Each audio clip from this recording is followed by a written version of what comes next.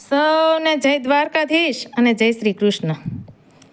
આ રાસ ગરબા અને આટલો બધો માણસોનો મેળાવડો જોઈને તમને શું લાગ્યું કે કાંઈ ઉત્સવ પ્રસંગ કે કોઈ કથાની પોથીયાત્રા હશે? અરે ના ના ના ના ના, કોઈ ઉત્સવ નથી, કોઈ પ્રસંગ નથી કે કોઈ કથાની પોથીયાત્રા નથી। આ તો અમારા ખાખરિયા ગામથી દ્વારકા પગપાળા જતા ભાવિક ભક્તોની સાથે આનંદની શોભાયાત્રા છે, જેમાં અમારું આખું ગામ એક સાથે એકતાના ભાવથી રાસ ગરબા ધૂન પ્રેમ ભાવ અને ભક્તિ સાથે સૌ દ્વારકા જતા લોકોને મળવા માટે ભેગું થાય છે અને સીમાડા સુધી મૂકવા આવે છે। મારા ખાખરિયા ગામ વિશે કેવું હોય તો કે સર્વ ધર્મ પ્રત્યે સંભાવ સાથે આત્મીયતા અને એકતાની ધરોહર એટલે સૌરાષ્ટ્રના ગોહિલવાડ ભાવનગરનું પાલીતાણાનું ખાખરિયા ગામ। અમારું ગામ ખૂબ નાનું છે પણ એકતાથી ભરેલું છે।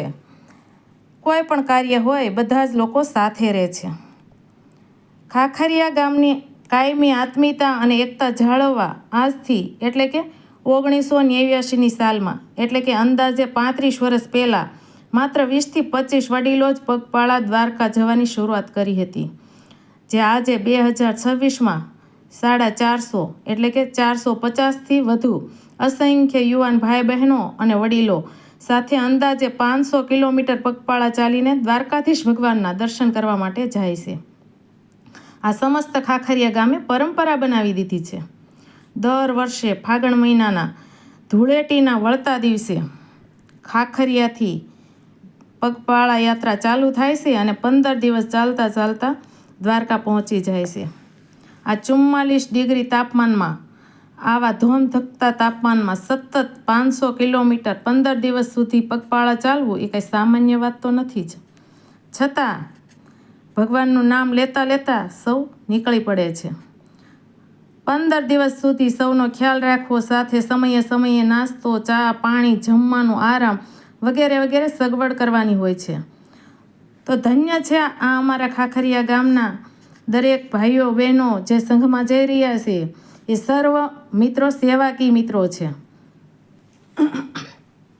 આજે આ સંઘ ભૂરખિયા પહોંચી ગયો છે। પહેલું ધામ ભૂરખિયા લે છે, કારણ કે હનુમાન દાદા દરેક યુગમાં હાજર છે। રામ અને કૃષ્ણની સાથે હતા તો પછી અમારા સંઘ સાથે કેમ ન હોય?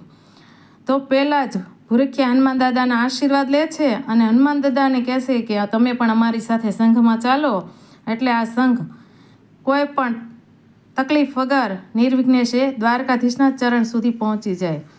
એટલે ભૂરખિયા હનુમાન દાદાનું પહેલું ધામ લે છે, તેના આશીર્વાદ લઈ અને સંઘ આગળ નીકળતો જાય છે। આ સંઘમાં તમામ સેવાકી મિત્રો હોય છે, એ સંપૂર્ણ જવાબદારી સંભાળી લે છે। એમને દિલથી શત વંદન છે।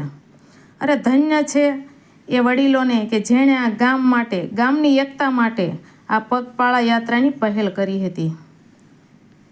તેમજ અમારા ખાખરિયા ગામ વિશે જાજુ શું કહું, પણ અમારા ખાખરિયા ગામની આજની યુવા પેઢીના તમામ ધર્મના નાના મોટા સૌ ગ્રામજનોને જેટલા અભિનંદન આપીએ ને એટલા ઓછા છે। આ યાત્રાની અંદર, આ પગપાળા યાત્રામાં કોઈ ફ્રી લોકો જાતા હોય એવું જ નથી કે કોઈ નવરા લોકો હોય એ જાય એવું નથી।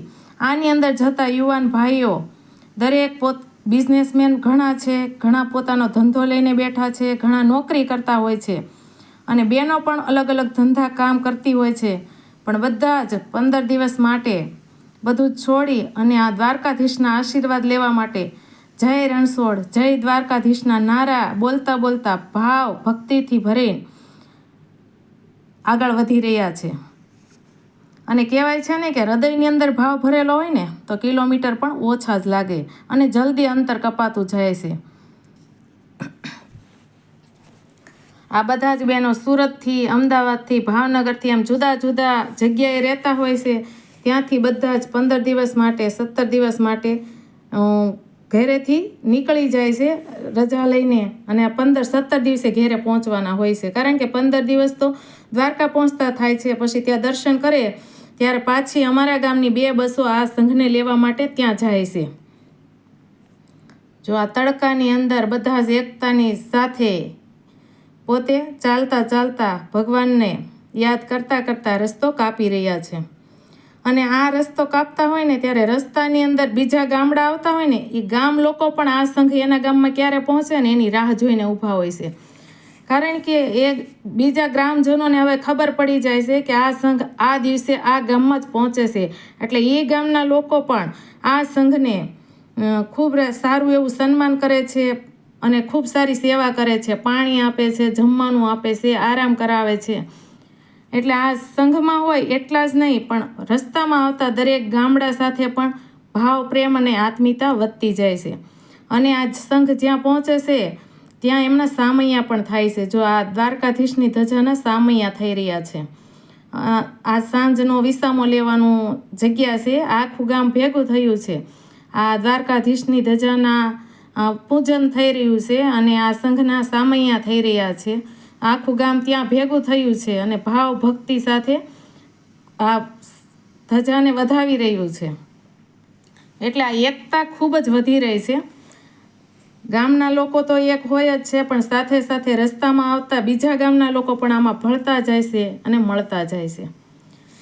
તો તમે પણ ક્યારે આવા ચાલતા દ્વારકાધીશના યાત્રા કરી છે? ન કરી હોય તો એકવાર જરૂર કરજો. અમારા સંઘને સાથે જોડાઈ રહેવા માટે મારી સાથે જોડાયેલા રહેજો. અને આ સંઘ વિશે, આ સંઘના ભાવ વિશે શું કહેશો અને અમારા ખાખરિયા ગામની પરંપરા વિશે કોમેન્ટ કરજો.